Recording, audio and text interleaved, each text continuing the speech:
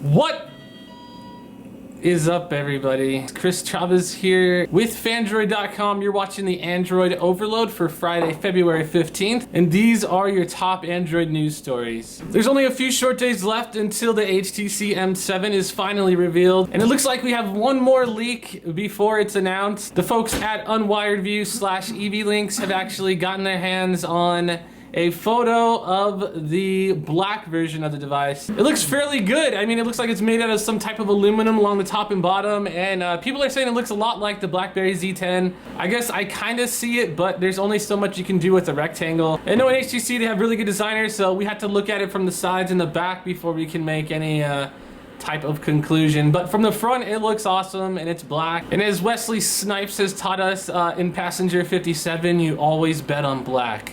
After successfully being funded on Kickstarter, it looks like the PlayJam Game Stick is now officially up for pre-order. Pricing starts at $79, and you get the USB stick, which is basically like the Android gaming console. You plug that into your TV, and then it comes with the Bluetooth controller to do gaming from basically anywhere you can plug into.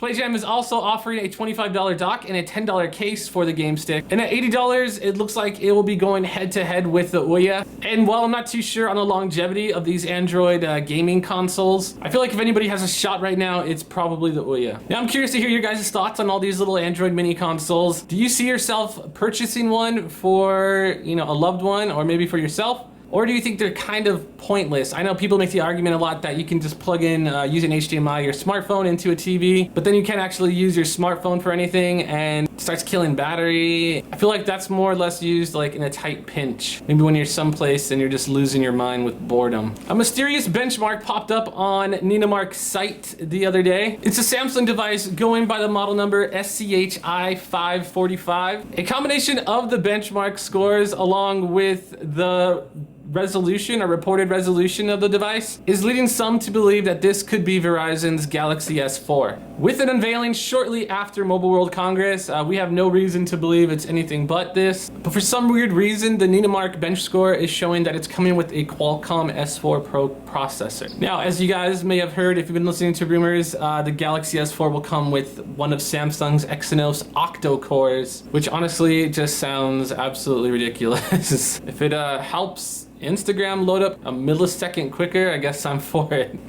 The boys at Canonical, makers of Ubuntu Touch Mobile OS, announced today that the Ubuntu Touch developer preview will be made available on February 21st. And while I know this isn't exactly directly Android related, they also announced that it will be compatible with the Nexus 4. Previously, we saw the Ubuntu Touch OS running on the Galaxy Nexus, and quite honestly, it ran like crap. As direct competition to Android, I feel like the more open OSs, the better. Android has long surpassed iOS, so now we need something else to kind of challenge the guys at Google, keep them on their toes, so to speak. And if you've seen this Ubuntu smartphone OS, it actually looks pretty cool. They use a lot of weird gestures and stuff. If nothing else, I feel like someone should make an Android launcher using some of these cool little features. Today, Google developers posted on their Google Plus page some of the results from the hackathon they had for the Google Glass, what they were calling the Google Glass Foundry. Google has been pretty secretive about what's been going on during these hackathons, but they did announce that all these developers putting their big old brains together